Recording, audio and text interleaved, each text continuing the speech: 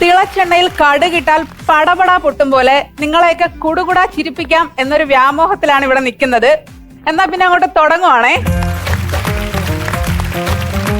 ദൈവമേ, വൈറലായില്ലെങ്കിലും എനിക്ക് എയറിലായാ മതി. ശരിക്കും ഞാൻ സീരിയസ് ആയിട്ട് പറഞ്ഞതാ. കാരണമേ ഇപ്പൊ ഏറ്റവും കൂടുതൽ ശ്രദ്ധിക്കപ്പെടുന്നത് ആരാ? ഈ എയറിലാവുന്നവര്. എന്തിനേറെ പറയുന്നു, നമ്മുടെ സെലിബ്രിറ്റികളിൽ പലരും എയറിലായിട്ടെ സ്വന്തമായിട്ട് ഇപ്പൊ ഓരോരോ യൂണിവേഴ്സ് ആണ്. എനിക്ക് അത്രയൊന്നും എത്തിയില്ലെങ്കിലും ഞാൻ അതിന്റെ സൈഡിൽ കൂടെ ഒരു പേടകൊക്കെ ഇട്ടങ്ങ് പൊയ്ക്കോളാം.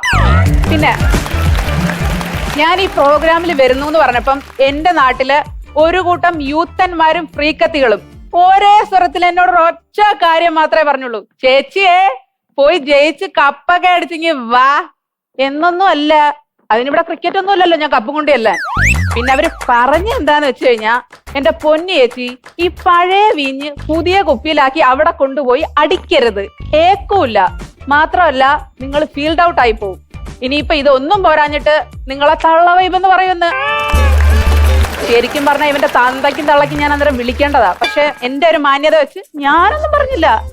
പിന്നെ അന്ന് ഞാനൊരു തീരുമാനം എടുത്ത്, ഇനി ന്യൂജനായിട്ടെ ബാക്കി കാര്യമുള്ളെന്ന്. അതിന്റെ ആദ്യ ഭാഗമായിട്ട് 25 വയസ്സിന് മുകളിലുള്ളവരുമായിട്ടുള്ള കൂട്ടുകെട്ട് ഞാൻ അന്നോടെ നിർത്തി. പക്ഷെ എന്ത് പറ്റി, ഇവിടെ ഗ്രൂമിങ്ങിന് വന്നപ്പോ ഉണ്ടല്ലോ, എന്റെ ദൈവമേ, എല്ലാം തള്ള വൈബും തന്ത വൈബും. എനിക്ക് മിണ്ടാൻ ഒരു ഒറ്റ മനുഷ്യനില്ല. ഇല്ല, ആശ്രമവാടിയിലെ സീത ഒറ്റയ്ക്ക് ഇരിക്കുന്ന പോലെ ഞാൻ ഇരിക്കുന്നു, ഞാൻ നിൽക്കുന്നു. പക്ഷെ ഇപ്പൊ കുറച്ച് സന്തോഷമായി, എന്റെ സെയിം വൈബുള്ള കുറച്ച് ആൾക്കാരെ കണ്ടല്ലോ. പിന്നെ ഈ നാട്ടുകാരെ കൂടി അറിയിക്കണമല്ലോ ഞാൻ ചെറുപ്പമാണെന്ന്. അപ്പൊ ഞാനിങ്ങനെ ആലോചിച്ച് എന്ത് ചെയ്യുമെന്ന്. അപ്പോഴല്ലേ കിട്ടിയത്, ഓണമല്ലേ വരാൻ പോകുന്നത്. ഞാൻ തൊട്ടടുത്ത ക്ലബിൽ ചെന്നു. ഓണാഘോഷ പരിപാടിക്ക് അത്തപ്പൂക്കള മത്സരം തൊട്ട് വടംവലിക്ക് വരാൻ ഞാൻ എന്റെ പേരങ്ങ് കൊടുത്ത്. പക്ഷെ ഞാൻ ചെന്ന് കയറിയപ്പോ ഇവന്മാർ എന്നോട് പറയാ, ചേച്ചി നോട്ടീസ് ഒന്നും അടിച്ചിട്ടില്ല. ഞാൻ പറഞ്ഞു, എന്തിനാടാ, ഇതൊന്നും എന്നെ ബാധിക്കുന്ന വിഷയമേ അല്ല, എല്ലാത്തിനും ഞാനുണ്ടെന്ന്. പക്ഷെ അത് പറഞ്ഞപ്പോ ഇവിടെ 1-2 മുഖത്തൊക്കെ ഞാനൊരു സന്തോഷം കണ്ട്. എന്തുകൊണ്ടാന്നറിയാം, ഈ ഓണാഘോഷം കഴിയുമ്പോഴേ എന്റെ എല്ലിന്റെ എണ്ണം കൂടിയും പല്ലിന്റെ എണ്ണം കുറഞ്ഞും ഞാൻ ഇനി ഈ വഴിക്ക് വരില്ലല്ലോ ശല്യം ചെയ്യാനെന്നല്ലേ. സന്തോഷിക്കണ്ട, ഞാൻ മത്സരിക്കാനൊന്നും പോകുന്നില്ല. പിന്നെ ഇലക്ഷന് മത്സരിക്കാൻ നോമിനേഷൻ കൊടുത്തിട്ട് പിൻവലിക്കുന്നു. പിന്നല്ലേ ഒരു ഓണാഘോഷം. പക്ഷെ ഇങ്ങനൊക്കെ ആണെങ്കിലും ഈ ക്ലബിലെ പിള്ളേർ ഞാനും തമ്മിൽ നല്ല കമ്പനിയാ.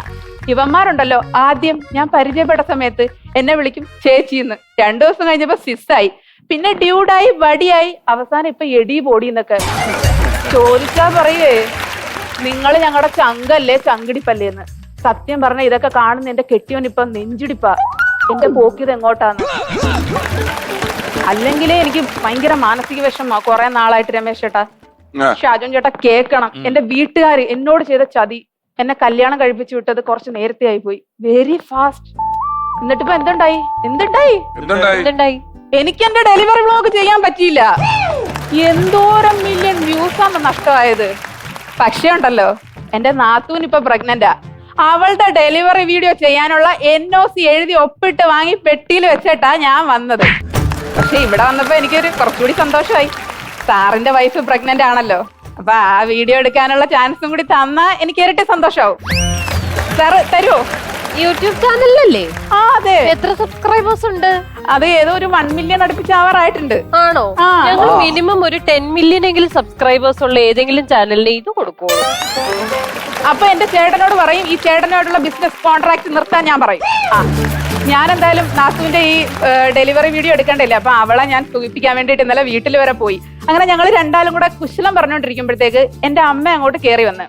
ഇതിപ്പോ എന്നെയാണോ ഉദ്ദേശിച്ച അവളെയാണോ എന്നറിയാൻ വയ്യ. അമ്മ വന്നിരുന്നിട്ടൊരു പറച്ചില്ല, ഓ ഇപ്പോഴത്തെ പിള്ളേർക്ക് 1-ാം മാസം തുടങ്ങുമ്പോഴേ അങ്ങ് റെസ്റ്റാ. എനിക്കും ഉണ്ടായിരുന്ന ഒരു ഗർഭകാലം. അന്നേ എന്റെ വീട്ടില് ചായക്കടയായിരുന്നു, എന്തോരം ജോലിയായിരുന്നു. നാത്തൂൻ എന്നെ ഒരു നോട്ടം, അല്ലേ ചേച്ചി ഇവരെ വീട്ടിൽ ചായക്കടയായത് എന്റെ കുറ്റമാണോ എന്നാണ് അവള് നോക്കിയത്.